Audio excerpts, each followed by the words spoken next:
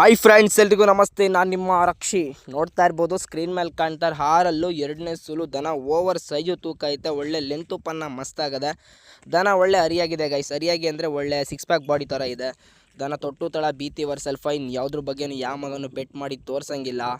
ತೊಟ್ಟು ಅಷ್ಟೇ ನೋಡ್ತಾ ಇರ್ಬೋದು ನೀವು. ಎಂಟ ಶಿಸ್ತಾಗಿದೆ ಅಂದರೆ ಒಳ್ಳೆ ಪಿಂಕ್ ತೊಟ್ಟು. ಕರೆ ಹಾಕೋದಕ್ಕಿಂತ 10-15 ದಿನ ಟೈಮ್ ಬೇಕು. ಫಸ್ಟ್ ಲ್ಯಾಕ್ಟೇಷನಲ್ಲಿ 22-23 kg ಹಾಲು ಕೊಟ್ಟಿದೆ ಒಂದು ದಿನಕ್ಕೆ.